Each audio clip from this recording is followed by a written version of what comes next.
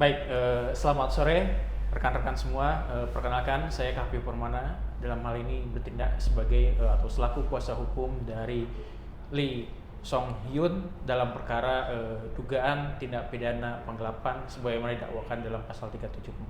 Nah, dalam perkara ini saya akan berdiskusi dengan mantan Hakim Agung ad hoc yang mana hal ini sudah berada di samping kita, yakni Pak Dwi. Selamat sore Pak Dwi. Selamat sore. Nah, kemudian juga hadir dalam podcast hari ini hadir juga anak dari terdakwa Lee Song Hyun, namanya Lee Seung Min. Selamat sore Mr. Lee Seung Min. Selamat sore.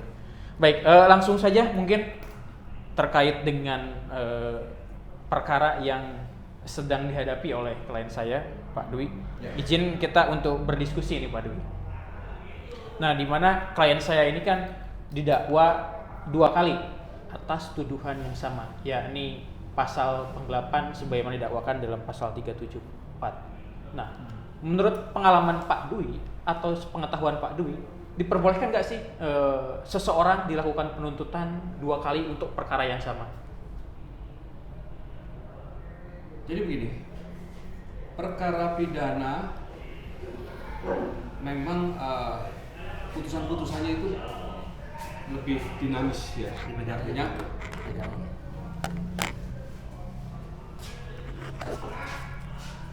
Artinya bahwa masih banyak putusan-putusan yang disparitas itu cukup banyak di putusan pengadilan tingkat pertama. Namun kalau ditanyakan apakah ada suatu putusan yang seperti kasusnya Mr. Lee, maka saya katakan ada. Jadi sebuah putusan pidana yang sudah ingkrah dalam peristiwa hukum yang sama, terdakwa yang sama, alat bukti yang sama, maka tidak bisa diputus 2 kali. Apalagi dalam hal ini kasus masalah penggelapan dalam jabatan pasal 374 KUHP. Kemudian ada satu hasil audit, ya, baik itu audit internal maupun audit dari akuntan independen yang dilakukan dalam satu waktu, walaupun itu dalam satu waktu, maksud saya adalah ini dilakukan terus-menerus. Dilakukan terus-menerus oleh auditor, baik internal maupun independen, di mana audit-audit ini hasil audit ini dilaporkan adanya satu penyimpangan, yang di mana penyimpangan ini setelah dilaporkan, kemudian sampai dengan penyelidikan, Mr. Lee ditetapkan sebagai tersangka. Dalam proses hukum, dan sudah ada putusan yang pertama adalah putusan nomor 1515 ya. Pada tahun 2023, di mana Mr. Lee diputus bersalah dan mendapat hukuman 2 tahun 6 bulan. Ya. Kemudian di tahun 2025 Mr. Lee ditangkap kembali. Sebelumnya Mr. Lee masih ditahan dalam proses. Masih ditahan di lapas. Oke, jadi pada waktu itu Mr. Lee tahun 2023. Tahun 2023 Mr. Lee masih ditahan di lapas. Okay. Untuk perkara 2023 ini Mr. Lee ditahan di lapas sampai dengan bulan Maret 2026. Bulan Maret 2026. Ya. Bebasnya yang pertama tanggal 8 Maret 2026. 8 Maret 2026.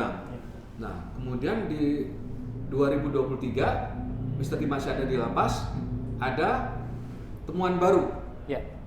Menurut mereka, menurut kejaksaan demikian. Menurut kejaksaan, berdasarkan laporan dari perusahaan. Ya, kan begitu. Dari pelapor ya. Dari pelapor.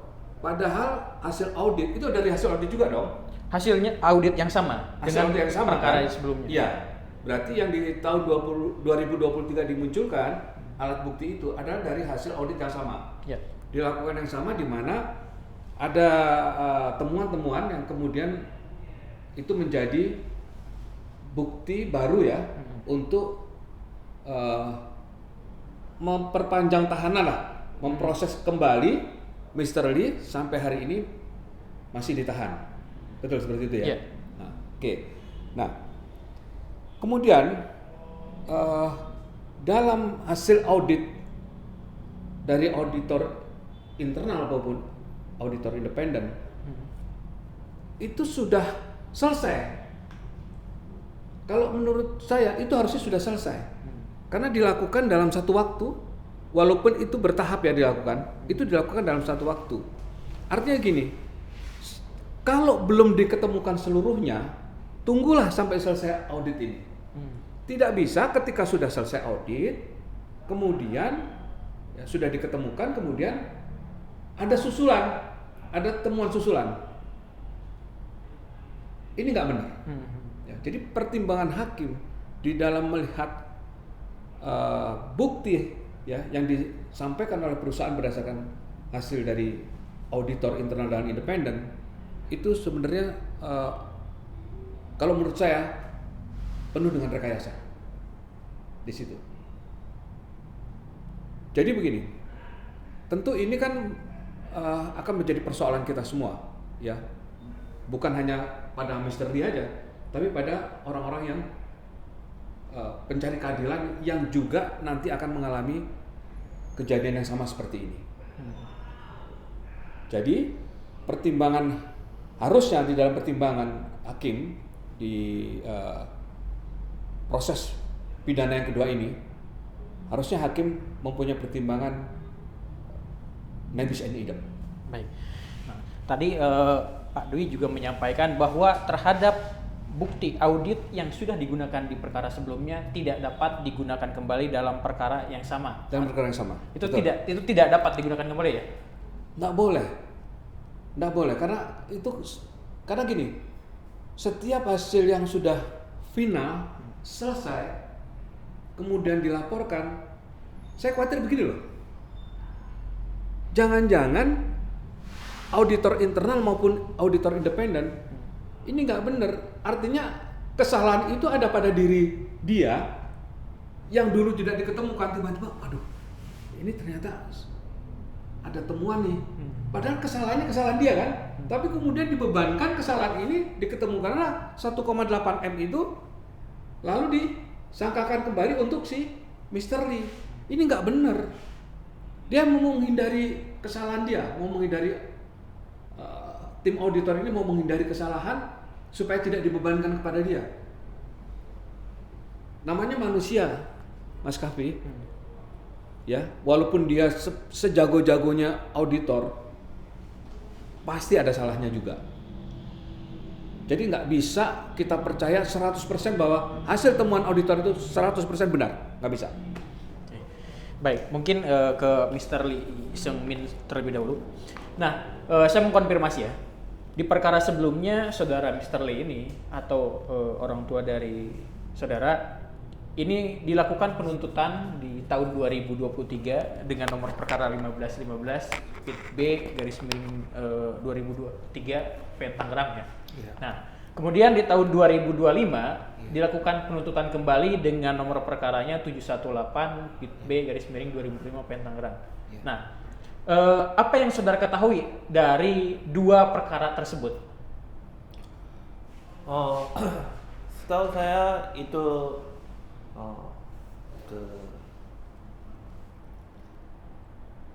seperti begini Pak. Waktu perjalanan pidana pertama, ayah dilaporkan sama yang pelapor. Sama pelapor. Waktu itu ayahnya disangka tahun 2023 Juli. Setelah itu sidangnya udah di jalan, tapi waktu itu tersangkanya 2 orang, lapornya 3 orang. Pelapornya 3 orang, yeah. Yang jadi tersangkanya atau terlapornya 2 orang. 2 orang. Yeah. Itu adalah ayah saya Lee Soo-yeon dan Ibu Aida. Sebagai terlapornya Ibu Aida Fitria. Iya, Ya. Ibu Aida Fitria. Dianya sebagian orang accounting. Dari dulu terus lapor keuangan atau pembukuan yang data-data mau hasil penjualan atau apa-apa. Jadi perusahaan gunakan 4 rekening pribadi. Duanya atas nama ayah Lee Suyan, satunya atas nama Aida Fitria, Ibu Aida Fitria, satunya adalah Nur Hasana, Ibu Nur Hasana. Ya, kunting juga. Iya. Tapi tersangkanya cuma 2 orang. Dan tapi udah ke persidangannya cuma ayah sendiri doang. Ya. Yang sudah ditetapkan sebagai tersangka dalam perkara dugaan penggelapan dalam jabatan ini adalah 2 orang. Iya betul. Yakni Mr. Lee dan Ibu Aida Fitria tadi. Iya, Nah, betul. tetapi dalam proses penuntutan Iya. yang hanya dilakukan penuntutan oleh penuntut umum hanya Mr. Lee saja, begitu. Iya, betul. Nah, apakah di tahun 2025 di penuntutan ulang yang kedua Iya. terhadap Mr. Lee, apakah Ibu Aida Fitria juga dilakukan penuntutan sepengetahuan Setahu saya pelapor lapor 2 orang, ayah dan Ibu Aida Fitria. Tapi ini juga jalannya cuma ayah doang, tersangka dan kejaksaan dan persidangan semuanya ayah sendiri doang. Jadi dan waktu di persidangan ayah, Ibu Aida jadikan saksi pelapor ya? dan jawabannya berbeda dari waktu di pidana pertama. Dan sampai sekarang ini udah di yang persidangan ayahnya udah jalan sampai ke pengadilan tinggi. Ibu Aida belum pernah dihadirkan atau belum pernah ditahan dan belum pernah persidangan. Oke, cukup. Baik, ini cukup menarik Pak Dwi. Ini izin berdiskusi lagi dengan Pak Dwi. Tadi kan Saudara Lee Seung Min menyatakan bahwa sebetulnya dalam dugaan penggelapan ini ada 2 orang tersangka. Nah, namun di dalam penetapan tersangka terhadap 2 orang ini yang dilakukan penuntutan hanya 1 orang. Apakah secara hukum ini menurut Pak Dwi diperbolehkan sih melakukan penuntutan atau tebang pilih hanya menuntut si A, saya tidak mau menuntut si B? Itu diperbolehkan? Nggak boleh dong. Karena nilai dari suatu keputusan atau nilai hukum itu kan ada 3. Kepastian, keadilan, dan manfaat. Berarti kalau ada tebang pilih dari nilai hukum yang harus diterapkan, artinya putusan atau proses hukum yang mempunyai nilai, yang harusnya mempunyai nilai kepastian, mempunyai nilai keadilan dan kemanfaatan, ini tidak terpenuhi. Yang tidak terpenuhi mana? Keadilan karena si namanya Aida Fitri. Ya, Aida Fitria. Aida Fitria kan dia juga ikut di dalam menerima pembayaran yang non PPN. Kemudian dia juga menyimpan dari hasil pembelian atau penjualan yang non PPN itu, terus kemudian juga pada saat uang itu keluar juga si Aida Fitria juga mengetahui, dan juga ada yang uang keluar dari si Aida Fitria ini. Harusnya Aida Fitria ini juga ditetapkan sudah sebagai tersangka gitu. Di dalam putusan itu saya baca, dalam putusan hakim itu dalam pertimbangan majelis hakim itu di dalam kurung itu ditulis bahwa dilakukan penuntutan secara terpisah. Saya ulang lagi, di dalam pertimbangan majelis hakim ditulisnya di dalam kurung itu Aida Fitria dalam kurung dilakukan penuntutan secara terpisah. Berarti harusnya si Aida Fitria ini sudah ditahan, harusnya. Tapi sampai saat ini saya dengar katanya belum. Atau betul nggak?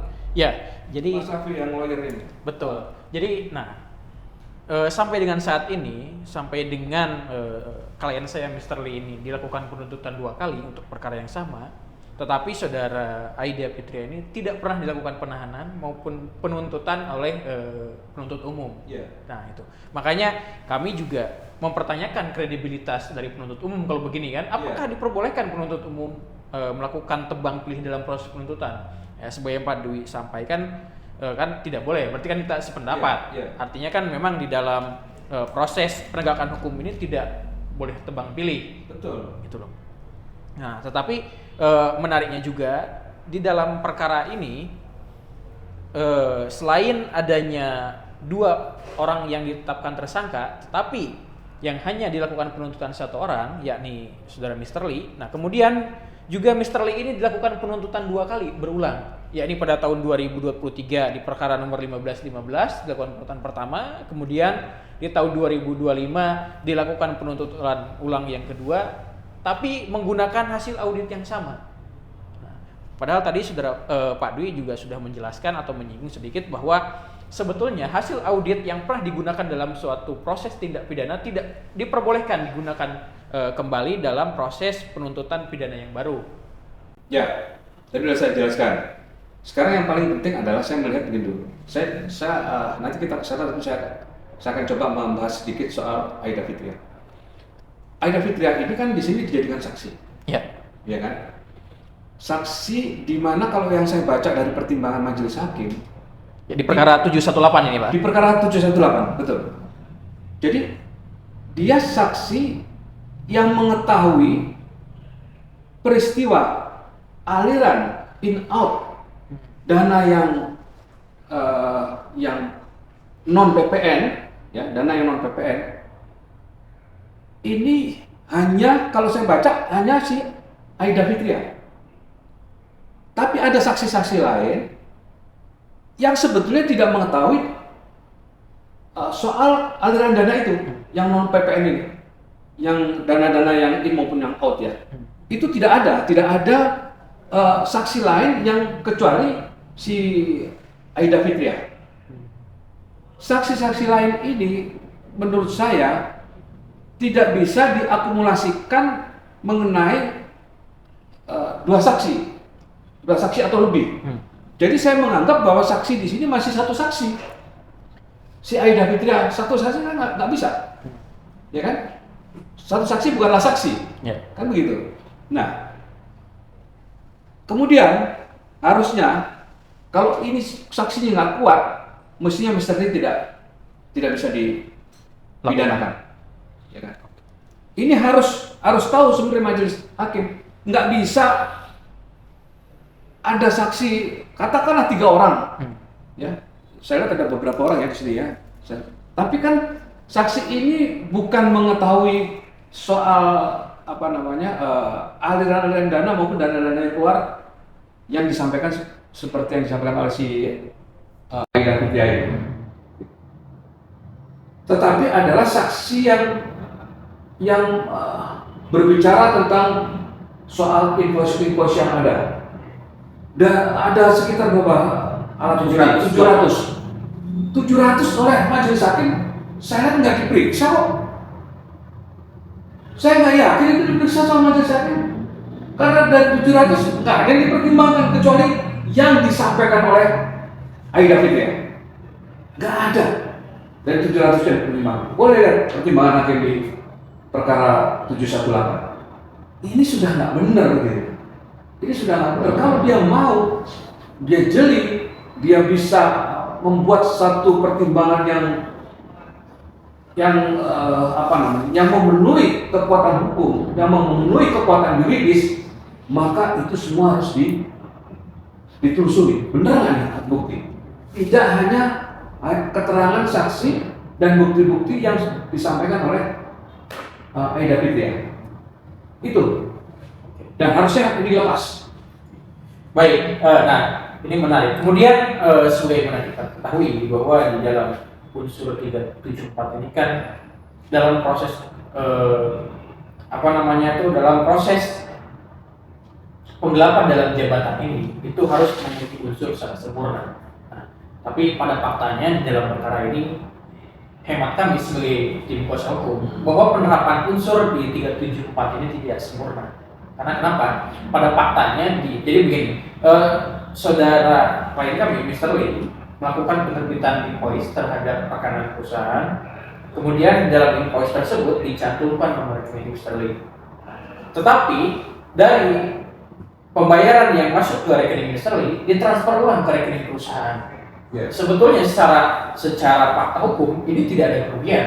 Makanya kami dari tim penasihat hukum menyampaikan bahwa sebetulnya unsur 374 ini tidak sempurna. Itu seperti apa pendapat Pak Dwi terhadap adanya proses pembayaran yang dilakukan melalui rekening pribadi, kemudian dilakukan transfer kembali ke rekening perusahaan? Apakah itu dapat dikategorikan melakukan penggelapan dalam jabatan? Sudah nggak memenuhi unsur. Karena kan seluruhnya atau sebagian, ya kan? Dalam penggelapan itu menguasai seluruhnya atau sebagian. Ada kalimat seperti itu. Ya. Kalau ini semua sudah dikembalikan ke perusahaan, maka unsur 374 sudah tidak ada. Ketika masuk pada unsur 374, ketika tidak ada pembayaran, artinya dia menguasai seluruhnya maupun sebagian. Kalau ini sudah clear, tidak ada yang dikuasai lagi oleh Mr. Lee, artinya uang-uang dari hasil penjualan ini ya, penjualan kan betul ya maksudnya, itu sudah ditransfer kembali ke perusahaan, selesai sudah. Artinya unsur itu sudah tidak terpenuhi lagi, maka tidak bisa lagi 374 itu didakwakan kepada Mr. Lee. Itu Mas Kaki. Baik, ya kalau begitu kita sepakat dengan atau sependapat dengan Pak Dwi terkait dengan itu. Nah, kemudian ada hal juga yang perlu kami tanyakan ke Pak Dwi ini sebagai mantan hakim agung ad hoc di Mahkamah Agung. Apakah dalam proses persidangan keterangan-keterangan saksi yang dianggap memberikan keterangan yang cukup vital, apakah itu harus dipertimbangkan? Seperti tadi Pak Dwi bilang, oh ini ada keterangan Aida Fitria. Nah, perlu kami sampaikan bahwa di dalam fakta persidangan, Aida Fitria juga menyampaikan bahwa uang yang masuk dari invoice itu dibayarkan atau ditransfer kembali oleh Mr. Lee ke perusahaan. Nah, tetapi dari fakta hukum ini, Majelis Hakim tidak mempertimbangkan secara penuh atau tidak mempertimbangkan terkait dengan hal-hal yang meringankan atau memberatkan, apakah unsur 374 ini dilaksanakan secara sempurna atau tidak. Itu hakim tidak menjelaskan itu. Nah, itu bagaimana? Ya, saya betul. Betul Mas Kaki. Jadi sebenarnya pertimbangannya pendek sekali ya. Dan saya lihat pertimbangannya itu fokusnya yang tadi saya bilang. Fokusnya hanya bukti-bukti yang disampaikan oleh Aida Fitria, gitu. Yang lain itu tidak dipertimbangkan. Yang lain, makanya saya berkesimpulan bahwa ini saksinya sebenarnya cuma satu. Hakim yang benar kalau di dalam memberikan suatu pertimbangan itu harus mempunyai kekuatan hukum. Pertimbangan itu harus mempunyai nilai hukum, nilai yuridis. Ya, tidak asal-asalan gitu. Artinya, ketika ada sebuah bukti dan katakanlah hakim menilai di pidana kan ada unsur keyakinan hakim ketika akan memutus suatu perkara pidana, ada keyakinan hakim. Sekarang kalau di KUHP yang baru ada pengamatan, ya kan? Ya. Ada pengamatan. Bentuknya pengamatan seperti apa? Aja dia melihat gitu kan. Kalau keyakinan begitu dia sudah mendengar, membaca, baru di situ berperan keyakinan dia terhadap hakim. Nah di sini mestinya hakim juga menggunakan itu. Saya pikir ini agak kalau menurut saya memang agak ngawur ya saya sudah. dari pertimbangan ini. Yang dipertimbangkan coba deh, selalu ada, yang lain ada, tapi tidak substantif gitu, tidak substantif gitu. Tapi lebih kepada masalah pertimbangan yang menjadi bukti yang disampaikan oleh Aida Fitria ini. Gitu. Saya pikir ini satu pertimbangan yang lemah. Kalau pertimbangan yang lemah seperti ini, ya, dan yang lain tidak dipertimbangkan, maka ketika kita sudah lewat bandingnya, jadi kita tinggal kasasi. Di kasasi kita harus punya bukti-bukti yang kuat bahwa pengembalian uang yang dulu dipegang oleh atau masuk ke rekening Mr. Lee itu harus kita buktikan, dan buktikan itu nanti di dalam keterangan atau di dalam memori kasasi kita beri satu petunjuk ya, ini bukti berapa, ini bukti berapa, ini bukti berapa, supaya nanti majelis hakim di dalam membaca memori kasasi itu mudah untuk menemukan bukti-bukti itu dan membaca kembali sehingga bisa mendapatkan suatu putusan yang benar-benar adil, putusan yang punya nilai keadilan, putusan yang punya nilai kepastian dan manfaat. Itu Mas. Oh, baik, terima kasih. Kemudian balik lagi ke Mr. Lee. Seng, saya panggil Mr. Seng.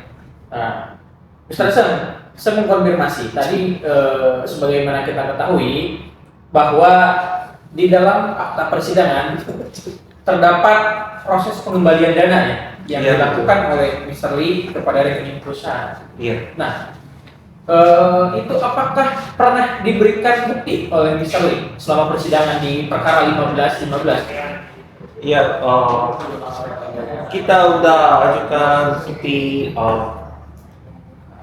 hasil audit sendiri untuk yang uang masuk ke atas nama Lee Soja pakai untuk perusahaan seperti beli mobil cicilan atau bayar pajak, beli tanah, atau kembalikan dana ke rekening perusahaan. Tetapi ini saya bingungnya ada ini. Waktu di waktu di audit, ke auditor dari pelapor udah informasikan ini auditnya datanya dari pelapor doang, belum pernah dapat data dari kita atau yang pembelinya, belum pernah cross check, dan hasil audit pun dapatnya dari cuman audit invoice, perjalanan, dan PO, purchase order. Jadi mereka tidak audit yang uang diterima atau uang masuk. Pasti kalau begitu cuman mereka audit hasil yang keluar, pasti hasil mereka dapat rugian karena mereka tidak masuk data yang uang masuk. Jadi ini pun saksi yang hadir, yang auditor udah sampaikan perusahaannya tidak ada rugi karena ada uang masuk dari rekening pribadi atas nama Lee Soyeon ke rekening atas nama perusahaan. Dan kita udah buktikan buku tabungan atau rekening koran, tapi ini tidak ditimbangkan. Oke, baik. Nah, ini cukup menarik, Pak Dwi. Saya kembali diskusi dengan Pak Dwi. Tadi Saudara Seng menyampaikan bahwa sebetulnya di dalam perkara ini audit hanya didasarkan pada invoice, bukan berdasarkan adanya transaksi keuangan yang masuk ke rekening pribadi yang kemudian dikembalikan lagi ke rekening perusahaan. Jadi hanya invoice. Nah, kebetulan atau fakta hukum di perkara 718 kembali lagi bahwa saudara Aida Fitri yang menyampaikan dalam keterangannya bahwa terhadap invoice itu nilainya belum tentu benar. Artinya bisa lebih kecil. Kenapa? Ada beberapa perusahaan rekanan yang bangkrut, akhirnya tidak melaksanakan pembayaran. Ada beberapa perusahaan rekanan yang mengurangi jumlah pesanan. Nah, sehingga kan secara utuh atau secara fakta hukum itu bisa kita lihat bahwa nilai kerugiannya juga menjadi tidak pasti gitu loh. Nah, sedangkan sebagaimana kita ketahui bahwa dakwaan jaksa penuntut umum ini kan harus jelas, harus cermat, dan harus lengkap. Nah, kalau berdasarkan pada fakta hukum yang ada, ini kan menjadi tidak jelas. Itu gimana pendapat Pak Dewi? Iya, karena begini loh.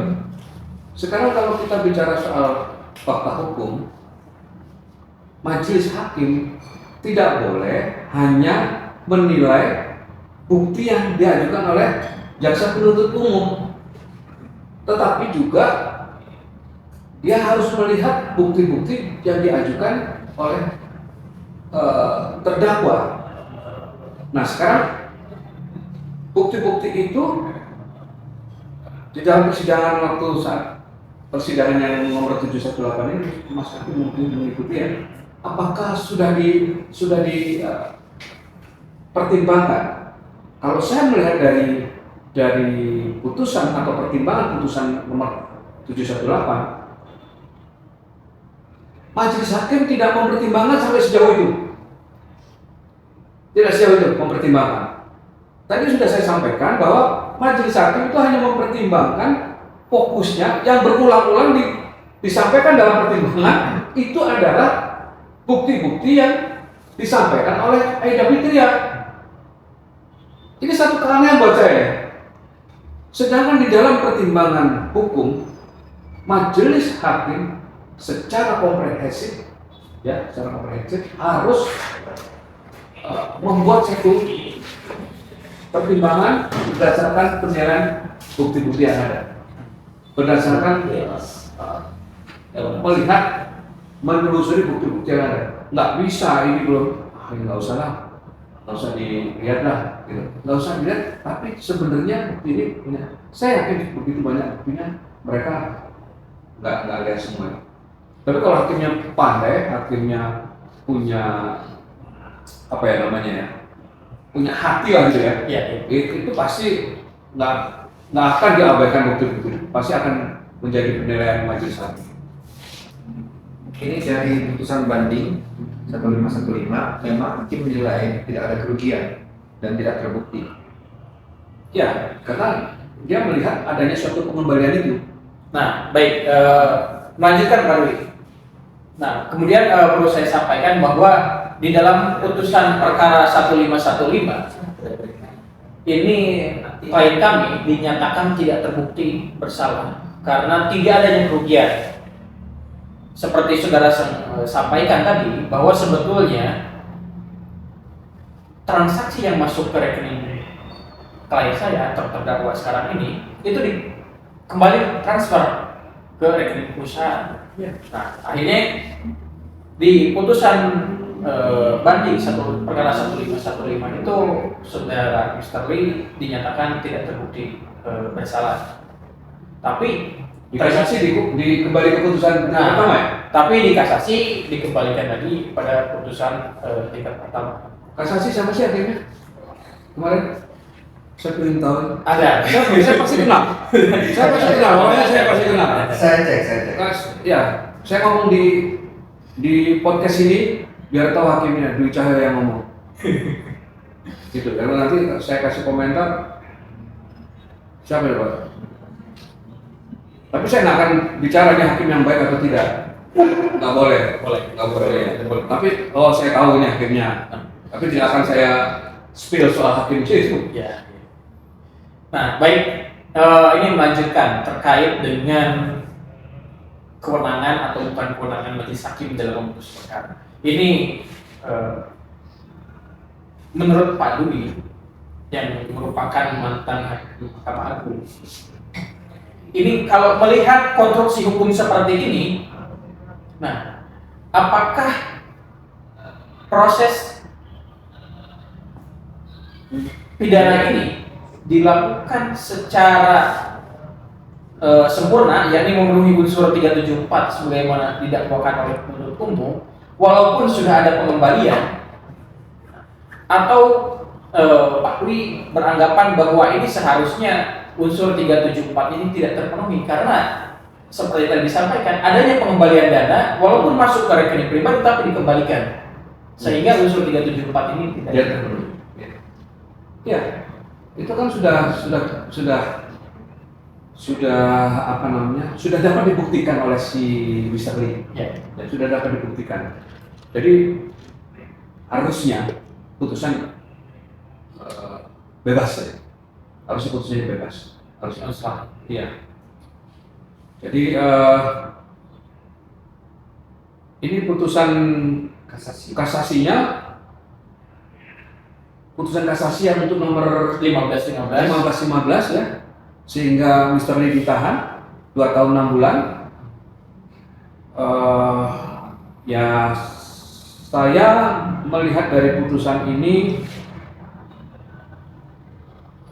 ketua majelisnya adalah kamar militer. Kok bisa pidana masuk Ketua majelisnya adalah kamar militer.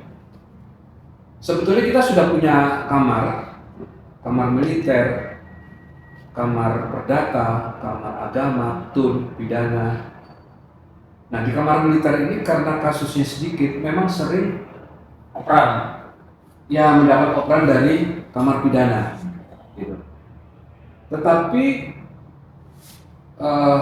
akan lebih, persoalannya ini akan lebih firm, ya, akan lebih bagus putusannya, ya, akan lebih adil, ya, punya nilai keadilan, punya nilai manfaat ketika itu ditangani oleh orang-orang atau kamar pidana yang majelisnya pure orang pidana.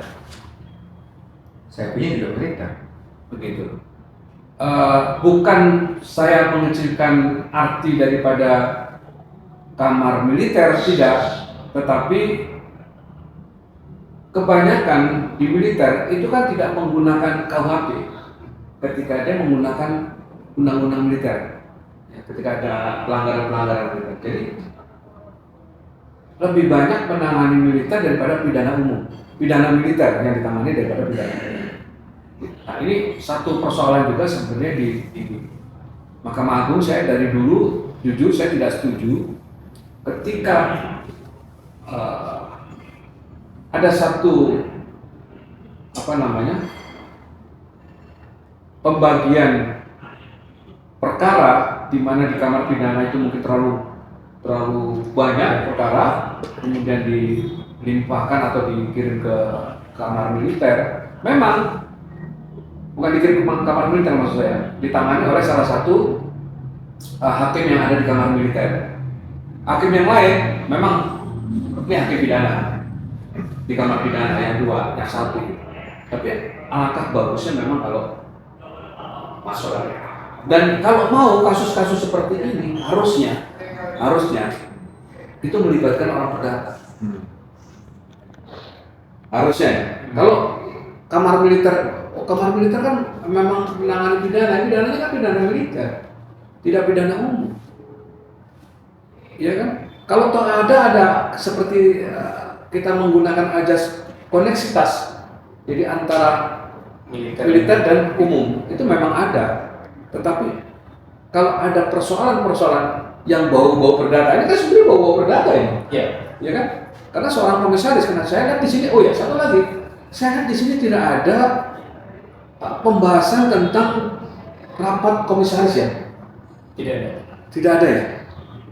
Ada nggak tuh rapat komisaris itu yang menentukan bahwa ini itu kan harusnya dilakukan lebih dulu gitu, daripada pidananya gitu. Kan harusnya itu dulu gitu. Kalau kita mau merujuk pada perdata ini kan posisinya Mr. Lee sebagai direktur pada saat 2006 2009 sampai dengan tahun 2016. 2016 itu sebagai direktur. Terus berikutnya sebagai komisaris. Tuh. Ya kan? Harusnya ini dilakukan langkah-langkah yang menggunakan Undang-Undang Nomor 40 tahun 2007 ya kalau saya Undang-Undang tentang PT ya.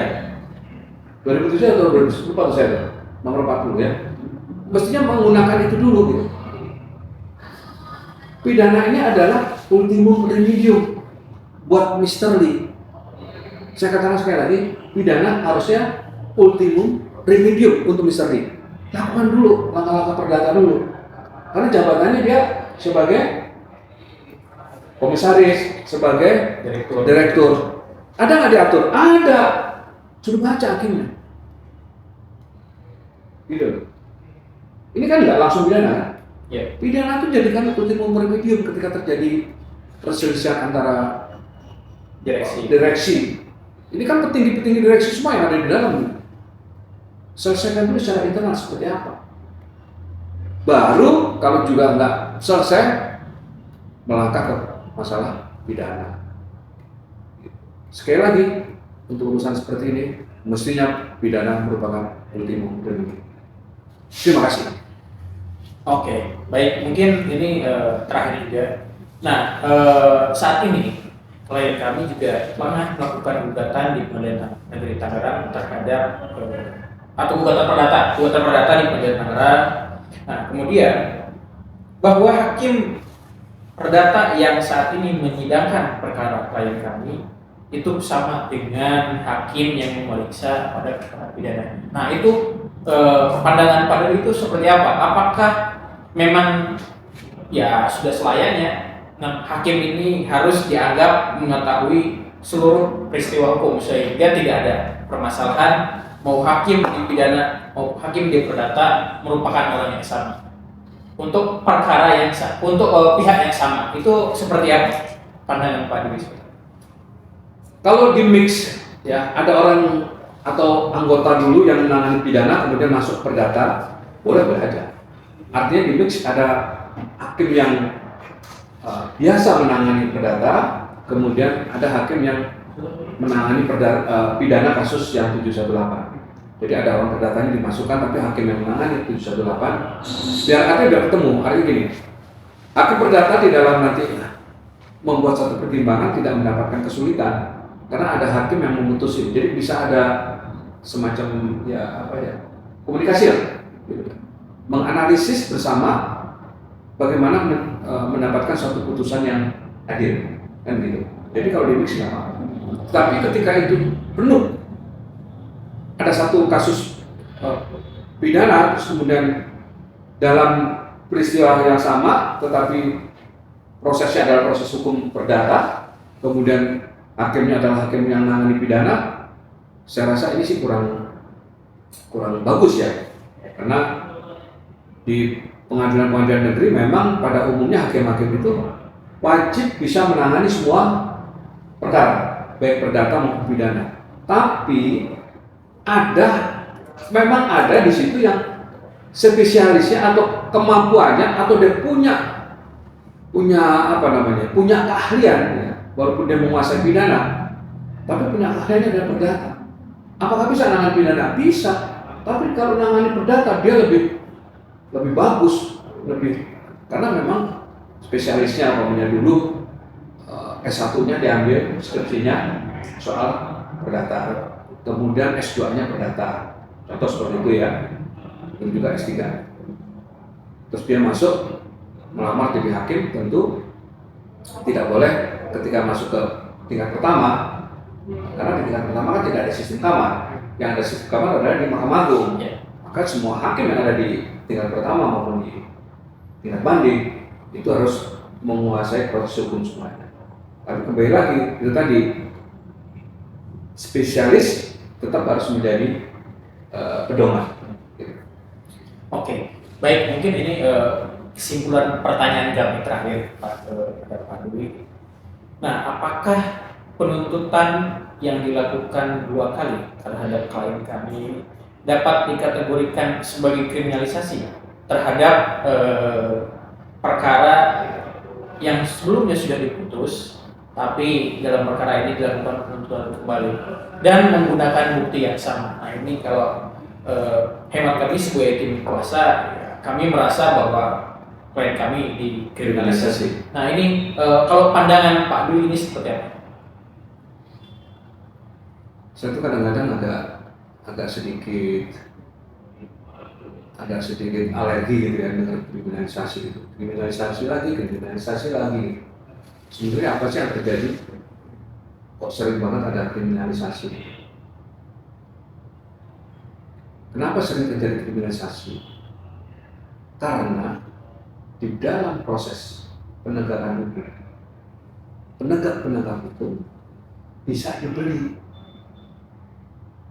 bisa dibayar, bisa diminta, sehingga yang harusnya orang ini tidak bersalah menjadi bersalah, disalah-salahin. Itulah kriminalisasi. Sebenarnya sederhana, makanya saya nggak ngerti kalau dengan kriminalisasi. Karena di Indonesia ini, saya 15 tahun di Mahkamah Agung dari 2007 sampai 2022. Walaupun saya di Kamar Perdata, tapi saya sering melihat dia putusan tun, pidana, ya. Tapi agama jarang dong saya mulai. Saya lebih sering melihat putusan tun, putusan pidana gitu ya. Militer juga jarang, karena saya di perdata khusus. Kalau saya membaca, saya memang bukan kamar pidana, tapi saya melihat banyak sekali yang saya menganalisa suatu putusan ini berbau-bau kriminalisasi. Banyak sekali. Itulah saya katakan tadi, ketika penegak hukum sudah tidak lagi berpijak kepada keadilan, kepastian hukum, maka jangan berharap kita akan hidup tenang ketika kita berhadapan dengan hukum, dengan persoalan-persoalan hukum. Itu Mas Kapi. Oke, baik. Terima kasih atas waktunya Pak Dwi, Mr. Sen. Terima kasih.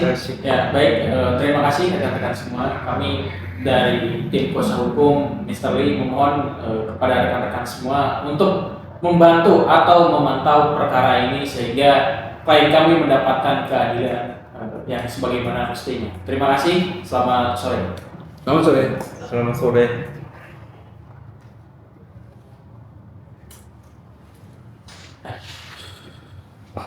Tapi suaranya ketak agak jauh soalnya. Apa itu? Itu jauh. Jauh ya? Mudah-mudahan karena dalam ruangan ya. Ya. Mudah-mudahan bisa bagus. Main berapa menit? 41 lebih. Oh ya, pas. Nggak terlalu. Ini backgroundnya gimana ya sebetulnya kasusnya ya? Awalnya misteri. Nah, jadi awalnya Tunggu sebentar, aku bisa masuk relator nggak sana tulis apa? Oh, ya. Sini nggak ada musola ya? Nggak ada musola.